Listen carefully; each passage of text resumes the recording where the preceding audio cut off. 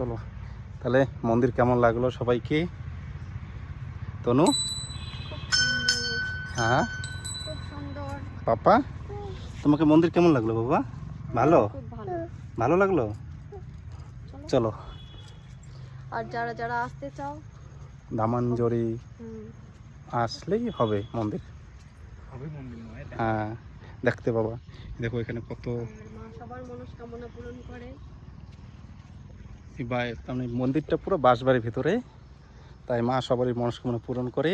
এর মনস্কামনা ছিল আমার ভাইয়ের, আর না বলে থাক। এটাতে একটু পানি দিয়ে দিব। মোটটা আমি গেল তোর মনে কি না না,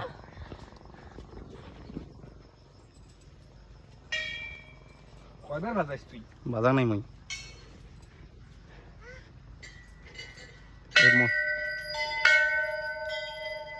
গেজরি কেন তোর টাইমে করো তো আজকে আমি করবো তাই